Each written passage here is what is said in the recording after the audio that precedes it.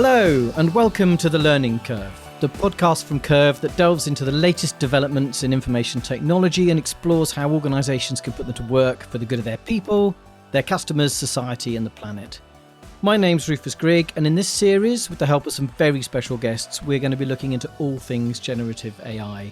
And this week, I'm delighted to let you know that our special guest is none other than William Dorrington, CTO of Kerv's digital transformation practice, Kerv Digital, Microsoft most valued professional and general all-round genius in the world of business technology and AI. Hi, Will, how are you doing? I'm doing very well. I mean, I feel I'm a bit set up for failure here, Rufus, but I'm excited to be on this. It's we've tried getting on this podcast a few times now, and it's great we finally made it happen. So yeah, fantastic to be here. Thanks for having me. Well, not at all. It's brilliant. And I'm glad we've tracked you down on your holidays in Bratislava to be with us today.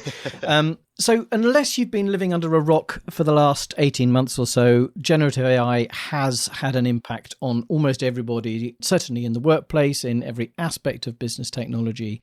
I'm sure you'll have played with ChatGPT or Gemini or Bard or one of the other pieces out there.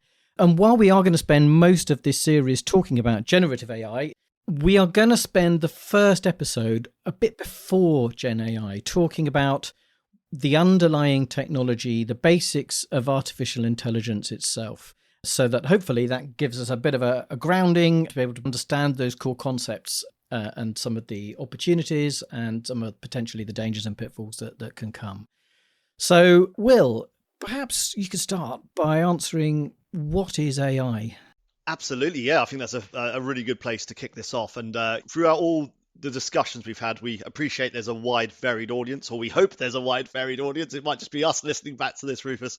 So I'm going to try and keep it as succinct and direct and high level as I can. So when I think of AI, or let's break it down even further, artificial intelligence, it's the ability of machines like computers to mimic human intelligence. I mean, that's its most rawest. So this can include things like learning from experience, understanding language, solving problems, even making decisions. Essentially, it's about making machines think and act in a smart way like humans do. Well, most humans. I don't know if I always act as a smart way. And, there's almost like an Arthur C. Clarke type quote here around it's sometimes indistinguishable from magic. When you really see AI at work, when you start seeing classification and identification, you go, wow, that is truly impressive. I think that Arthur C. Clarke phrase is really interesting because the magic is sort of ever present, isn't it? Absolutely. I mean, I remember when I first heard speech recognition by a computer, it seemed extraordinary. And now the first thing I say every morning is, Alexa, play Radio 4. I talk to machines all day, every day, and it's completely commonplace. And it is, and it's around us in everyday life everywhere. So, I mean, I'm a big fan of Alexa. I use it for the most basic things like, Alexa, what's the time? All the way to, okay, let's turn the downstairs lights on. Let's turn the upstairs lights on. We spoke about this before, didn't we? And spoke about sort of Windows Hello, which uses AI to recognize your face and log you in securely. I mean, and there's some real lessons learned there. We'll get onto how these models are trained shortly, but they didn't have a diverse enough training set and it caused them some issues. I mean, we won't go into it now, but it's definitely something that the audience members may want to look up. And even, I know Netflix was an example we've spoke about before, how it suggests movies we may like and shows we may like based on what we've seen before. And actually, Netflix goes further than that. If they're thinking of investing in a new show, a new movie, they will actually use an algorithm to see whether they should invest in it. And they will base decisions on the outcome of that. What's the likelihood of this actually being adopted and viewed by its audience based on what they're watching currently on a mass level? And then we could talk about BBC subtitles. We could talk about noise suppression on Teams calls and hopefully on this call. But it's constantly working behind the scenes to improve experiences across the board. There's been some real successes there, and there's been great failures as well. The failures are always fun, aren't they? Okay, so it's not new, AI. It's something that we're all using, or most of us are using all day, every day in our lives. And I know that the headlines, if you just read newspapers, you'd think it was invented 18 months ago with generative AI, but actually it's a fundamental part of all of our lives. Absolutely. So if we sort of break down the basics, because it's quite an umbrella term, machine learning is a term that's often coined. From my understanding, everything really is springing from this concept of machine learning, of the machines being able to learn from the environment around them. Could you just tell us a bit about what machine learning is? Yeah, sure. So if we compare it against traditional compute, so we look at machine learning and how it's different from traditional computing, instead of actually being explicitly programmed with rules, Machine learning allows a computer to actually learn from the data that it's reviewing. So in traditional computing, you give a computer a set of instructions, a logic pattern that it follows every time. It can be mainly linear, but there would be arguments of tranches and conditional branches there as well. But with machine learning, you provide the computer with the data and it will start figuring out patterns and make decisions on its own. So this means machine learning systems can improve and adapt over time, whereas traditional compute systems stay the same way unless we go in and reprogram it. There's ways of looking at this. So if machine learning is like making predictions without knowing all the rules up front. So imagine you're playing a new game. You go to a village fun fair, village fetes in England, and they always have those funny games which like guess how many sweets are in the jar, and you get to win all these sweets and you can go home and eat them all and feel entirely sick. But actually that can be really hard to start giving random guesses of how many jelly beans are in a jar. But if you start seeing the actual number of jelly beans in similar jars, you can start to notice patterns. And even if you don't know the exact method to count the jelly beans, just by looking, you can start getting better at predicting actually this is probably how much is actually in there. And that's just before you even start counting them out. So you can get better at predicting based on previous knowledge. Machine learning, the computer is doing something entirely similar. It's finding the patterns in data and it's making those predictions, even if it doesn't understand the underlying rules like a human might. And I know you've got one that's probably a lot less convoluted on school experiments. Yeah, well, I guess, yes. The scientist in me, I studied physics. I didn't study jelly beans in jars at village fetes. But yeah, I guess you do an experiment, you take lots of measurements, you don't know what the rules are. I suppose you're doing an experiment to try and work out the rules. You plot a graph and you can find, if I drop this thing from 3 meters high versus 5 meters high, how long does it take till it hits the ground? And I suppose it's that sort of similar. I'm collecting that sort of experimental data and then I'm spotting that pattern. In me, in my physics lab, the pattern was a graph. In machine learning, I guess it's stored somewhere else and the machine's able to infer what's going on. Yeah, no, and I love that. I think it's such a really nice, simple way of explaining it. Maybe I should stop just ranting about jelly beans to people and maybe pick that one up instead and take full credit for it. By all means. Give us some sort of typical machine learning applications. Where might it be a sensible approach to take to solve a business or a commercial problem? Sure. So let's look at several common applications of machine learning that we could encounter every day. So let's break that down to like prediction, clustering, classification, and anomaly detection. I think they're the key ones. So although we're not sponsored by Netflix, let's do another Netflix sort of pattern here. So if we look at machine learning, it's used for prediction. So we've stated in Netflix, it will suggest the next film or channels you may like based on your viewing history. The same can be with membership renewals and propensity modeling. It will look at your likelihood of renewing a subscription based on your interaction with that subscription, but also based on other people like you and their renewal history over time. So prediction and propensity is two different, very classic ways of using machine learning. And another one that most people are aware of is classification. So when we look at this can be things like machine learning help Outlook identify if an email coming in is spam or not. Is it another recruiter trying to sell services? But at the same time, classification can be, is this image a hot dog or a porcupine? And it can start navigating and classifying that for us. Then we get to clustering and anomaly detection. So this is where we can start grouping similar items together, items of data, and spotting if something is unusual. So this is what literal banks do. So, you look at my banking transaction at the moment. I've been to a lot of festivals. It's probably going beer, hot dog, burger, couple glasses of rum. And as soon as I purchase a water, my bank goes, wait a minute, that's not like Will's purchasing history. There's something weird here. It goes outside the normal cluster. There's an anomaly. Let's block this card, ring up Mr. Dorrington and say, are you sure you wanted to purchase this water? Because, based on our prediction, based on our machine learning pattern, that should have been a rum and coke. And this is all ways that machine learning is used in our day-to-day environment, but it's using vast amounts of data when it applies it in these useful ways. Okay, so prediction, classification, and clustering, they're all effectively ways of helping a machine make a decision about something from some data.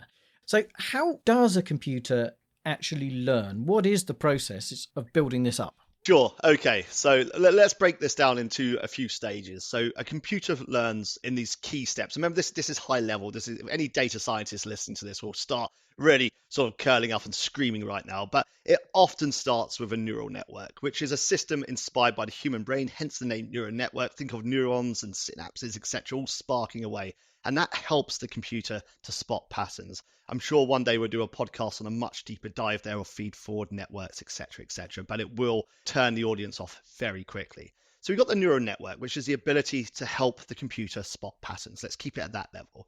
Then the computer is given labeled data. We'll talk about unlabeled data a bit later. So this is examples of data where we already know the right answer. So say we were feeding it images. I don't know why I went with porcupines and hot dogs. I found it as weird as you, but let's carry on with that. We feed it a load of hot dog images and we say, this is a hot dog. These are different types of hot dogs. These are different types of porcupines. Yes, the porcupine may be angry, but it's still a porcupine. So it's all this labeled data it's getting to know the right answers to already. We're telling it the right answers. Then we have model training. So we've done neural network, learning spot patterns, labeled data, feeding it the right answers. Now we get to model training. And during model training, the computer uses the data to adjust its approach to identifying, in this case, the classification approach, the porcupine and the hot dog, and it's getting better at making the predictions. So in hope that once we've trained it, we can then use some test data and get it to actually make those predictions. So we give it the test data, which are brand new examples that it has not seen before. It's not labeled. We're not saying this is an angry porcupine, this is a New York star hot dog, and we can see how well it has learned, and then we can adjust if needed. And if it's not accurate enough, we will tweak, we will refine that model until it's performing as expected or as close to expected. And then over time, the computer can process this and get better at the task it's been designed to do. There's a lot more nuance to it, but that is the key part. So neural network, feeding labeled data, do a bit of model training, test it, get hopefully a successful outcome. Okay, so a neural network's almost like the blank mind. You have some data that you understand, so you know the rules that align to that data. You feed it into the model, and then you have some data that you test that it's actually performing, and then you sort of keep going again until it's working well. That's absolutely it, until you get your favorable outcome. And it can be a bit frustrating, and actually making sure you pick the right pattern is quite hard, but that's why you have very clever data scientists and machine learning engineers, which I think we do discuss a bit later in the podcast. Yeah, okay. So I guess it's important that data is good, and I guess also that test data is going to be vital in being able to do that validation, because we're putting these systems into practice. I mean, we've talked about some quite fun examples, but I guess some others might be classifying skin blemishes or something in dermatology, or classifying some medical symptoms. Do these symptoms look like this outcome? And these systems need quite a lot of trust associated with them. No, indeed, and detecting faulty sort of cladding on buildings, after the big Grenfell Tower disaster. I mean, there's been lots of these high-profile uses of AI. So yeah, it's not all porcupines and hot dogs. There are some genuine, real applications of this as well. And data is everything in tech, even down to, if we ignore AI and talk about applications and solutions, and from Genesis solutions to dynamic solutions to, dare I say, Salesforce, etc. It's all just data. It's either processing data, transforming data, and adding data in a validated way, or deleting data. But everything is about the movement of data in what we do in tech. So I think it's probably best we actually dive into a bit of data, because with machine learning, it's no different. Data is the heart of machine learning, and you can use all sorts of data for machine learning. So from numbers and text to images to sound and even video. So essentially, if it can be stored and processed by a computer, it can be used for machine learning. So as for the process of actually collecting this, it usually starts by gathering all that delicious raw data in from various sources. I mean, ChatGPT did some great stuff around actually grabbing everything from, Wikipedia, journals, even places where you probably wouldn't want to grab data from, like Reddit and open forums, because, let's face it, not everything on the internet should be digested. And even things like IoT and sensors, and grabbing all those event logs from user interactions. And then once you get all this and you think you've got your right amount of data that you need for what you're training, you then need to cleanse and organize this data. You need to remove any errors, any duplicates, any irrelevant or useless information. And then once that is cleaned, once that's been often labeled, we might go for an unlabeled structure. By that, I mean sort of adding the correct answers and categories to each piece of data. We can then go on to the next step, which is actually preparing that data and splitting it into either training or testing sets so that the model can learn from this and actually evaluate off of each other. So it can learn from the training set, and then on the testing set, it can be evaluated on, a bit like what I was saying about the labeled images, then given an unlabeled image to see if it comes out. And this more structured approach to data, and it isn't always structured approach, is what allows machine learning to actually be trained really effectively. So, if you ever have spare time to the listeners, I would really look at what ChatGPT did there, because it's entirely impressive. We're talking huge volumes of data. Thinking about the role of a data scientist, then their job is in understanding, how do I put together data that's going to be effective for training the model? And I guess, that is going to involve things like removing outliers or data that's got errors in it, and making sure that, we're not effectively feeding garbage in to the model, where you presumably, I'm guessing, as in most computing paradigms, you then get garbage out. Absolutely. They're there to make sure they got that right set of data, make sure that the data does have an element of patterns, trends, and that they can get those insights. So, yeah, we always say garbage in, garbage out. Absolutely. Okay, we have used a bit of jargon so far in this conversation. I do want to just make sure we understand that. So model and algorithm we've talked about. What is a model? What is an algorithm? Are they the same thing? Are they slightly different? The way I think of this, and it is a really simple way of explaining it, and maybe too simple, but I think of an algorithm as a recipe. So it's like the step-by-step instructions the computer follows to actually learn from the data, where the model is what you get at the end. It's the new finished dish from the recipe. It's the trained result, which can be, used to make the predictions or decisions based on the new data. So the algorithm's the recipe. The model is actually the dish that you get to eat at the end. Okay, so a model is something that we can consume. You've got a model that, I don't know, identifies different types of flowers, or can predict how much a house is going to cost based on how many bedrooms it's got and where it is. And it's the computer scientists worry about the algorithms inside. As consumers or as users, we think about the model and the way it's used. Spot on. Yeah. That's how I see the world anyway. Okay, I understand that. You've talked about labeled data and unlabeled data. Just explain those for us. So labeled data is when each piece of data actually comes with the correct answer. So I'm sure afterwards you're going to say, Will, please don't talk about hot dogs and porcupines on the next podcast, and we invite you back. But this is where we say to the algorithm, and to while we train the model, this is a hot dog, this is a porcupine. And we can do that with cats and dogs, and, and actually classifying spam and not spam emails and lots of other stuff that we'd use. Where unlabeled data does not have these answers, the computer has to figure out on its own. It starts grouping pieces of data it thinks are the same, and those are outliers, etc., etc. So labeled data, we explicitly say this is what it is. Unlabeled data, if we go figure out for yourself, good luck. We've talked about supervised and unsupervised learning as well. What are those? Okay, so I wrote a blog on this recently because this comes up a lot. And the best way I can explain this is supervised learning is like being a student with a teacher who provides the correct answers during training. It's a bit like you're playing Monopoly, but you've never played it before, and you're sitting down with your friends and family, although playing Monopoly with family is occasionally a no-no, as we know all the jokes are flipping the Warzone in my family, if you play Monopoly, absolute warzone. And they're teaching you how to play it. They're saying, here's the tokens, here's how you roll the dice, here's how you collect the houses, the rent, here's how you have a big fight. Where unsupervised learning is more about exploring on your own, where the computer finds the patterns and the relationships without any guidance. So you're just sitting there watching your friends and family play, but they're not telling you how to play it. They're like, just watch and learn. You can just pick it up, okay? That is the difference. So supervised, you're explicitly being provided the approach and the correct answers during training, where unsupervised learning, you're not being provided that. The computer figures it out on its own. Great. Getting there.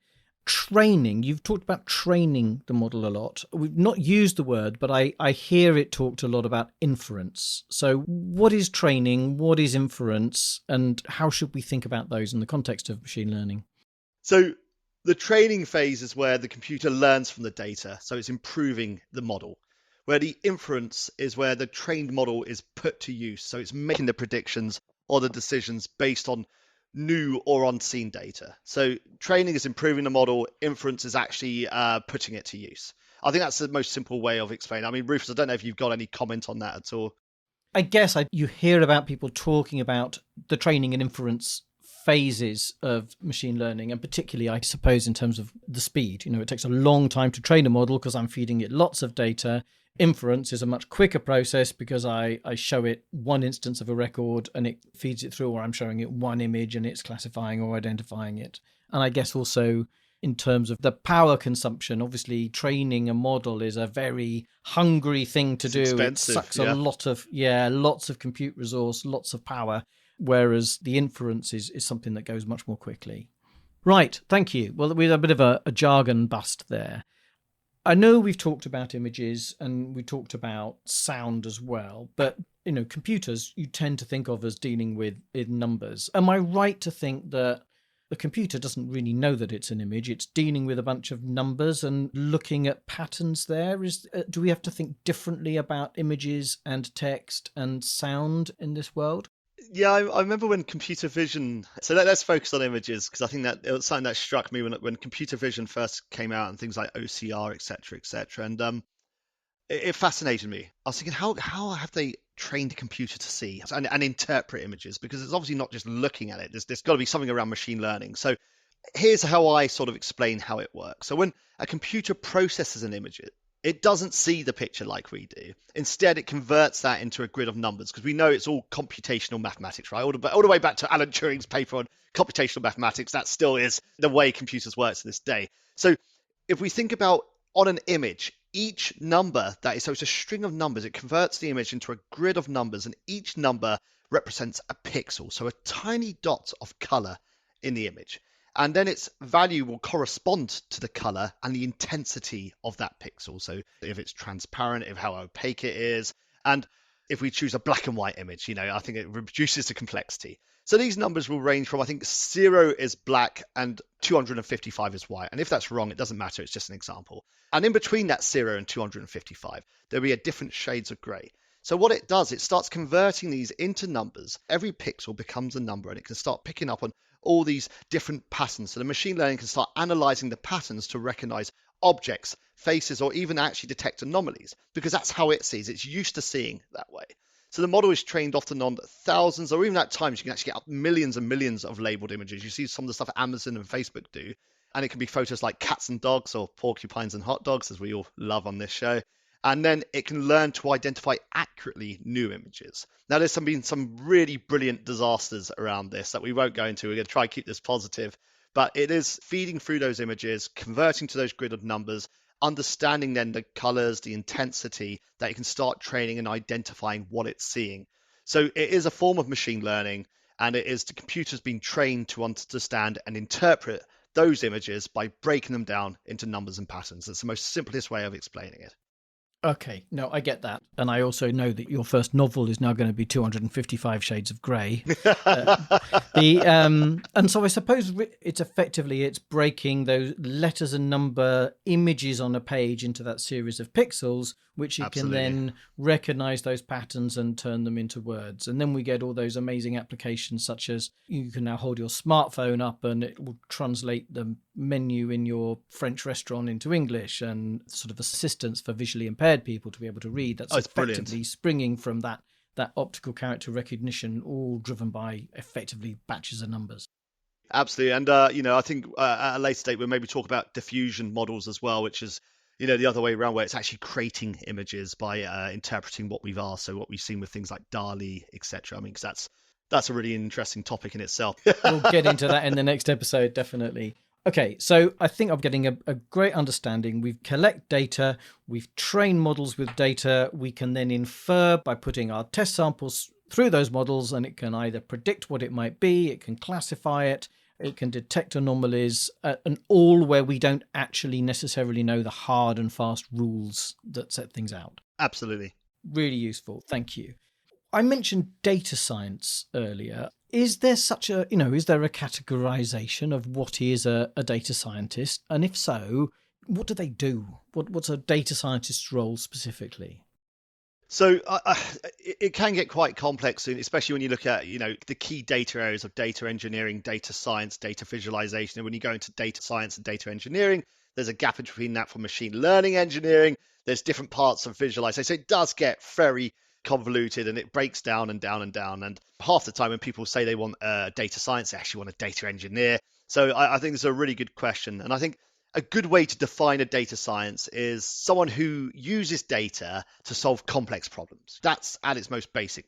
But the key thing is they actually analyze large sets of data, looking for patterns, trends, and insights that can help make better decisions or predictions. So data scientists use a mix of skills that include statistics. So these are actuarial mathematicians. I'm fortunate enough to have a few really strong data scientist friends, and they all have doctorates in actuarial mathematics, etc. Incredibly impressive human beings. But not only do they have a really vast and deep, complex understanding of maths, they're also brilliant programmers. They know how to use programming languages, and know how to use Python, etc. to create these models. And then they also have a ton of domain knowledge depending on the area they've chose to specialize in. Actually, one of my friends did housing for a long time, and now he works over at Amazon. So he could turn that raw data, and data scientists can turn that raw data into incredibly valuable information, because not only can they start applying incredibly advanced statistical models and mathematical models, they can program absolute machine learning models over the top and then apply domain knowledge to really get the best out of it. A bit like where we're very industry aligned at Kerv, because we know domain knowledge is very key. But on the other hand, and let's do look at the flip side of this, where a machine learning engineer is actually more focused on building and deploying the machine learning models. So they'll actually deploy a lot of the research that's already gone in. They'll take the insights and models developed by the data scientists and make them into real world applications. While both are involved with working with data and machine learning, data science are often more focused on the exploration and the analysis. Machine learning engineers much more on the practical implementation and optimization of those models. Okay, fascinating. I mean, it's an amazing mix of skills that you understand the maths and the statistics, you understand data, you know how to program the computer to be able to handle it, and you understand the subject matter and the domain in which you're working at. These must be fairly rare beasts. They are. I'd say they're probably the hardest at the moment on the market to find. I mean, we know that we've got some phenomenal talent inside Kerv, but data scientists right now are, to find a really good one, are very dusty. It's tough.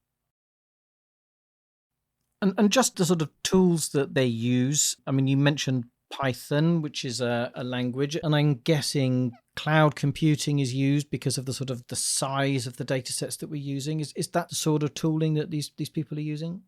Absolutely. So it's the ability to build those statistical models. A lot of them are cloud-based these days, actually understanding of even various databases to use, vector databases. And vector databases, of course, are very important when it comes to building these machine learning models. And actually just having an appreciation of also applications and ecosystem architecture in general. Whenever I speak to my sort of data scientist friends, I'm impressed by how much they know outside that space, because they want to know about how to get good quality data in. And that is by CRM systems, ERP systems, portals. But it all comes back down to those, statistical tools that they can use, Python, et cetera, et cetera. Thanks, Will. It's been really interesting understanding that sort of background of AI and machine learning. Just give us a sneak peek of what we're going to be talking about next time. Okay, so I think we've got hopefully got a really good understanding of some of the basics and fundamentals of AI and machine learning. We've explored applications, we've explored how we train these models, how we use data, we've busted some of that jargon as well. We've even spoke about the roles involved. I think now we're at a perfect place to actually jump into the next stage of AI, the hype that has occurred around, ChatGPT, around generative pre-trained transformer architecture, the bidirectional encoder models from Google, and large language models all up, and the acceleration we've seen with just taking text, inputting text, and having new and creative text out the back of that, to then images, to sound, to videos. And I think that's where we're going to move to next, this next stage of AI, the AI era we're now in, which has been powered by generative AI. Thank you, Will. That has been fascinating. I can't wait to get into that conversation. If you've been interested in what we've had to say, then please do get in touch and tell us what you think. You can find out more about Kerv and about AI and about Will in general by visiting kerv.com. And do listen out for that next episode. You can subscribe, you can tell all your friends, and we really look forward to speaking to you. Thank you so much, Will. William Dorrington, CTO of Kerv Digital. Really look forward to getting stuck into the generative AI piece next time. In the meantime, thank you for listening.